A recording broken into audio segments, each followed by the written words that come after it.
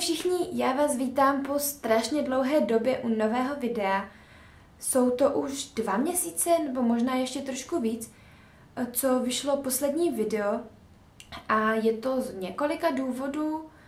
Sice mě většina z nich úplně neomlouvá, ale chtěla bych vám to aspoň trošku vysvětlit. Tak ten první důvod byl, že poslední video vyšlo, myslím, že 1. července, a pak teda začaly prázdniny a o prázdninách jsem nebyla úplně doma. A takže jsem jako nemohla natáčet, pak se mi úplně nechtělo a tak, takže to pak ten červenec tak nějak utekl. A potom přes srpen jsem byla taky dost pryč a ke konci srpna jsem zase z technických důvodů nemohla natáčet. A teď už konečně mám čas chvilu, i když už je teda asi 6 večer, myslím, 6:10 je a venku je docela zataženo, takže už to světlo taky není úplně nejlepší, ale mám chvilku čas, tak jsem si říkala, že natočím nové video. Mimochodem tohle video natáčím už po 3., protože poprvé jsem tam vypadala divně, po druhý bylo divný světlo a po 3. teď už konečně doufám, že to bude aspoň trošku dobré. A teď se tedy dostávám k tomu, co bude za video a dneska tu pro vás mám chvástačku, neboli měsíční chvástačku za 3 měsíce, a to konkrétně květen, červen a červenec 2015. Já vám tady ukážu hromádku knih, mám jich tady dohromady 8.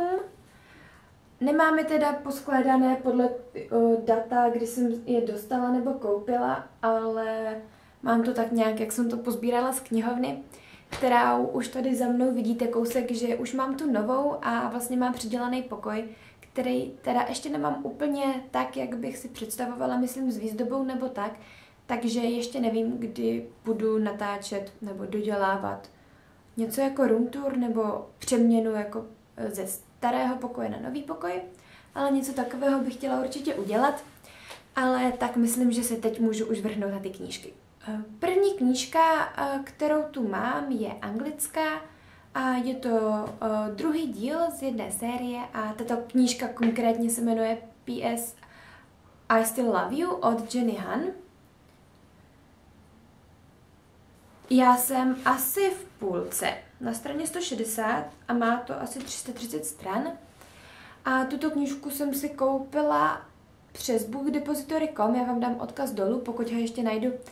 A zhruba někdy přes prázdniny nebo v červenci jsem si přečetla půlku, ale pak mě to přestalo bavit a teď jsem to zase otevřela s tím, že bych to konečně mohla dočíst. Už aspoň kvůli té angličtině. V poslední době zjišťuju, že už nějak nejsem moc na ty romantické, dejme tomu komedie nebo prostě na červenou knihovnu. A takže teďka to chci dočíst tu knížku hlavně kvůli té angličtině. Ještě vám ukážu první díl, který jsem se nechala v knihovně. První díl je tento, To All the Boys I Loved Before, a to se mi líbilo víc než ten druhý díl, ale tak chci to dočíst a uvidíme, co na to budu říkat. Další knížka je teďka úplně z jiného soudku, nebo úplně z jiného soudku ne, ale je to asi o 200 let dřív, protože tu mám knížku od Charlotte Bronteové, Jana Eyreova. A tuto knížku jsem dostala od kamarádky k narozeninám, napsala mi tam i krásné věnování za což jí strašně ještě moc jednou děkuju, protože jsem si tuto knížku dlouho chtěla přečíst. A nejen, že se to zařazuje do klasiky a tak, ale docela mě to lákalo a tuto knížku jsem četla a strašně moc se mi líbila. Teď jsem si zase četla ten konec a je to prostě úžasná knížka. A myslím, že jste si ji určitě měli přečíst, pokud jste ji ještě nečetli. A po přečtení jsem si pak pustila ten film. Teďka nevím, z kterého je to roku, protože mám pocit, že má Jana Eyreová více zpracování. Ale to si nejsem úplně jistá. Každopádně jsem si pustila film, který je docela nový, pár let zpátky. A u toho mě překvapilo, že tak 95%, co je v tom filmu, je v té knížce, že většinou to tak bývá, že když se natáčí film podle knižní předlohy, tak ten film se jenom tak lehce inspiruje tou knížkou a je tam třeba spousta jiných scén a tak. A tady v tom filmu byla i spousta dialogů přímo z knížky, což bylo skvělý.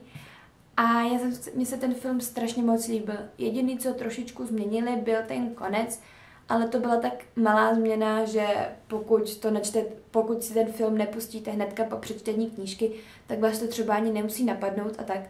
A myslím, že to rozhodně stojí za to si to přečíst a potom si to pustit. Takže tuhle knížku vám rozhodně doporučuju. A zase to beru tak trochu na přeskáčku, takže tu mám druhou anglickou a tentokrát to jsou 3 mušketýři od Alexandra Dumase. Tu jsem si koupila v den, kdy jsme dostali vysvědčení a oni tam totiž měli slevu v Dobrovském, že když donesete ukázat vysvědčení vyznamenáním, tak jste měli 20% slevu a když bez vyznamenání, tak 15%. Tak já jsem teda měla těch 20. Pak mě teda překvapilo, že jste nemuseli donést to aktuální vysvědčení, ale mohli ho třeba i nějací důchodci donést třeba ze základky nebo tak. Takže pokud jste letos nebo loni v tom druhém pololetí neměli vyznamenání, tak jste klidně mohli vzít vysvědčení z první třídy na základce, kde snad vyznamenání měl úplně každý. Takže si myslím, že se ta sleva dost vyplatila. A v angličtině jsem si tuto knížku koupila, protože jsem právě už chtěla něco jiného, než jenom tady ty romantické slaďárny. Ale pak jsem si zase říkala, že když jsem to začala číst o prázdninách, tak jsem skončila na straně 17. Je tam teda jsou tam dost malá písmenka, akorát nevím, asi se vám to nezaostří. Ale jsou opravdu dost malá a navíc je to dost tlusté, má to asi 550 stran. A jak jsem teda řekla, tak jsem skončila na straně 17. A co mě překvapilo, nebo očekávala jsem, že to bude těžší o hodně než ta angličtina v těch romantických knížkách. Navíc taky, protože to je dost stará ta knížka. Ale tam jsou některá slova, která mě hodně připomínají němčinu v tom smyslu, že v němčině, pokud třeba se učíte německy nebo znáte trochu němčinu, tak tam jsou spousta dlouhých slov, která se spojují třeba ze 2, ze 3 slov, vám vznikne jedno další. A tak tady jsou tak strašně dlouhá slova některá a tak krkolomná, která už se třeba teďka, myslím, v angličtině ani nepoužívají. Ale čte se to docela dost špatně. Takže jsem zvědavá, kdy se k tomu zase dokopu, abych to mohla číst trochu dál a doufám, že třeba za rok to dočtu celé. A teďka je to konkrétně jedna z druhé světové války a je to kniha Nezlomný od Laury Hillenbrandové. Tuto knížku jsem dostala jako recenzní výtisk od megaknihy.cz a recenzi už jsem točila, takže vám dám odkaz do popisku videa nebo do infoboxu. A tato knížka byla naprosto úžasná. Je opět sfilmovaná, jak vidíte, tak mám ji s filmovou obálkou. Ten film jsem ještě neviděla a strašně moc se těším, až si ho pustím a až na něho budu mít čas. Je to taková, dejme tomu, biografie, ale psaná románovou formou, takže se u toho rozhodně nenudíte. Je to kniha o životě Luise Zamperiniho, což byl atlet, který prostě běhal a pak, když začala druhá světová válka, tak skončil v letectvu a pak jejich letadlo spadlo a tak a byli strašně moc dlouho na moři. Pak je zajali Japonci a ta knížka je naprosto neuvěřitelná, co všechno si ten Luis Zamperini prožil a kdyby to bylo vymyšlené, tak je to strašné, ale když si vezmete, že to opravdu zažil a že se to stalo před asi 75 lety, tak to je prostě strašný a myslím, že by si to všichni měli přečíst, aby prostě viděli, co se stalo a zabránit nějakému opakování se v budoucnosti. Takže tuto knížku vám opět všem doporučuju. Teď tu mám knížku, kterou jsem nečetla, ale myslím, že se mi bude líbit, nebo doufám v to a je to dost známá knížka, si myslím aspoň, a je to Stalker od Larse Keplera. Je to 5. díl ze série s Johnou Linou, nebo s detektivem Johnou Linou.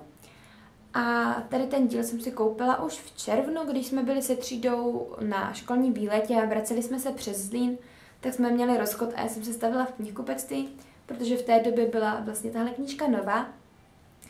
A je zase dost tlustá, jako všechny díly z té 5dílné série a myslím, že už je to konečný díl nebo poslední. A moc se na něj těším, protože ty předchozí díly se mi strašně líbily. Já vám je ukážu, zase pro ně musím tady skočit. Tady jsou ty první 4 díly. Já vám je ještě ukážu, abyste je nějak viděli. Takže první díl je hypnotizér, druhý díl je potom Svědkyně ohně. Teda doufám, že to je druhý díl, že to není třetí, ale myslím, že je to správně. Třetí díl je Paganiniho smlouva, která se mi líbila a tady ta série mi asi fakt sedla. Mám tady potom Milénium, všechny 3 díly, které jsem dostala loni k Vánocům a skončila jsem asi v polovině druhého dílu a prostě mě to nebaví. A strašně mě to štve, protože ty knížky byly drahý, jsou krásný, všichni to doporučujou, ale prostě se k tomu nemůžu dokopat.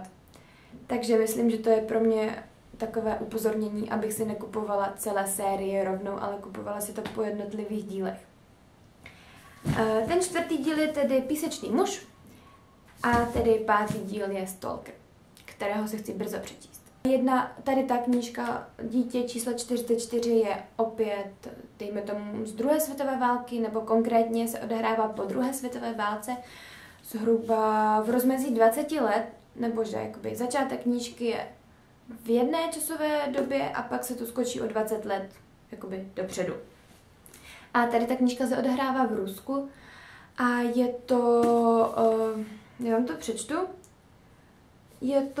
tato knížka vychází ze skutečného případu sériového vraha Andreje Čikatila. A ten vrah byl docela dost morbidní. A protože zabíjel tedy děti a docela takovým hnusným způsobem, ale není to zase nějak jako nechutně popsaný nebo tak. Já zrovna na tady ty věci úplně nejsem a nevadilo mi to, jak to tam je jakoby všechno popsané a řečené.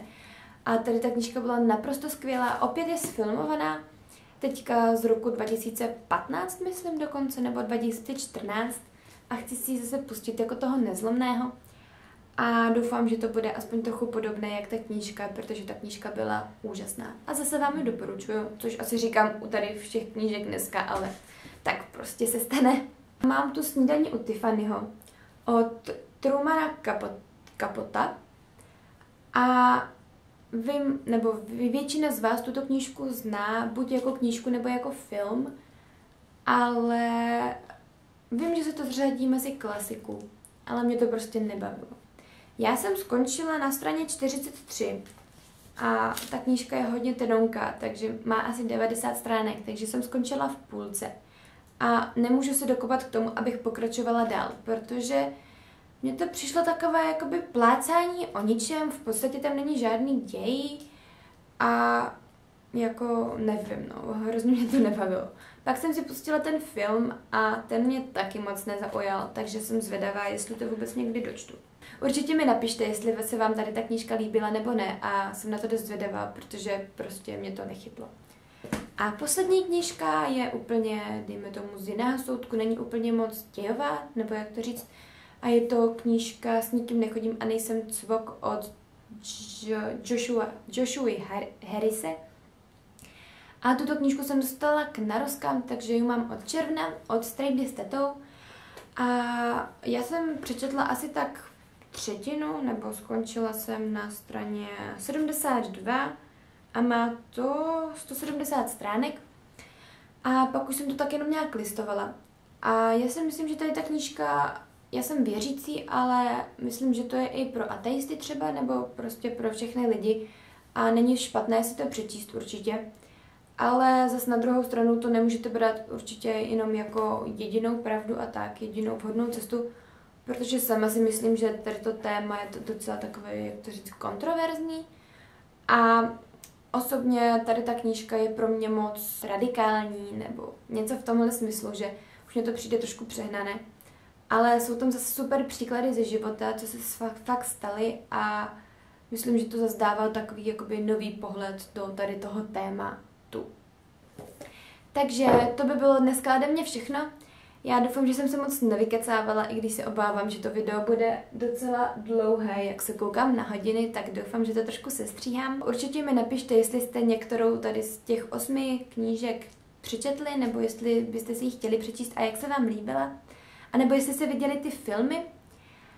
A chci nakonec říct, že doufám, že se mi podaří natáčet videa pravidelně. Chtěla bych jedno za týden, což jako je docela málo. Vím, že třeba blogeři natáčí 2-3 za týden a je to strašně super, protože se máte na co těšit a třeba každé 2-3 dny mají nové video.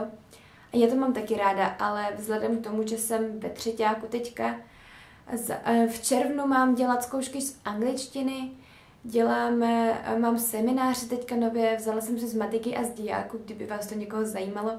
Budu dělat seminárku z dějepisu a docela se to teďka kupí, ještě už se připravuju na zkoušky z němčiny, které sice budou příští rok, ale už teďka s tím něco máme a tak. Takže je toho hodně. Ještě absolvuju v klavíru, kdyby vás to tak jako zajímalo, můj tady výčet jako toho všeho. Takže doufám, že budu moct natáčet aspoň jedno za týden a třeba unboxingy nebo týdne s knížkou, když se mi nakupí knížky, tak chvástačku a snad zase natočím nějakou recenzi, protože vlastně knižní blogy jsou od toho, aby dělali recenze na knížky a já těch recenzí tady moc nemám, takže bych asi nějakou měla přidat.